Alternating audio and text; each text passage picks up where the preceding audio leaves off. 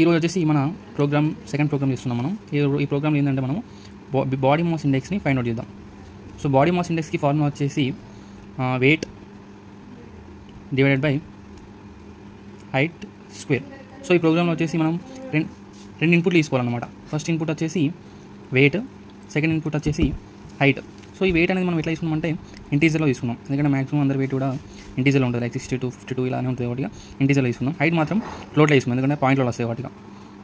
ఇది వచ్చేసి in KG తీసుకున్నాం, ఇది వచ్చేసి ఇన్ మీటర్స్లో తీసుకున్నాం హైట్ని.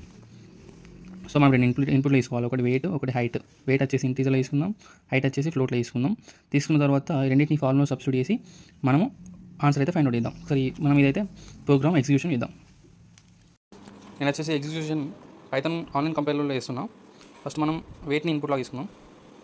వెయిట్ ఈక్వల్స్ టు మన ఇంటీజర్ టైప్ ఒకటి input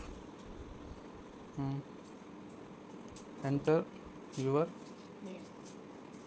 wait in KG. So weight తీసుకున్నాం. తర్వాత హైట్,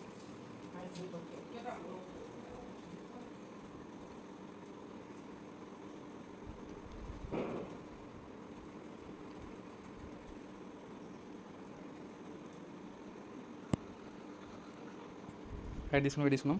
తర్వాత మన ఫార్ములా వచ్చేసి BMI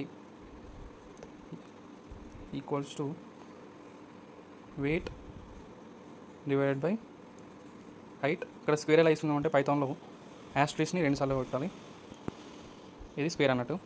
తర్వాత సో ఇది ఫార్ములా. ఇప్పుడు మనం ప్రింట్ చేస్తాం BMIని.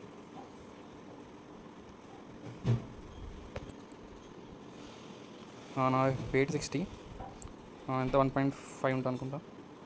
చూసారా 26.66 వచ్చింది. మనకి ఫ్రాక్షన్ పార్ట్ కాకుండా ఓన్లీ 26 రావాలంటే మనం ఏం చేయాలంటే ఇక్కడ దానివల్ల దీన్ని కన్వర్ట్ చేయాలి ఇంటీజర్ టైప్గా. ఇప్పుడు కన్వర్ట్ చేసి ఏమవుతుందంటే ఓన్లీ 26 వస్తుంది.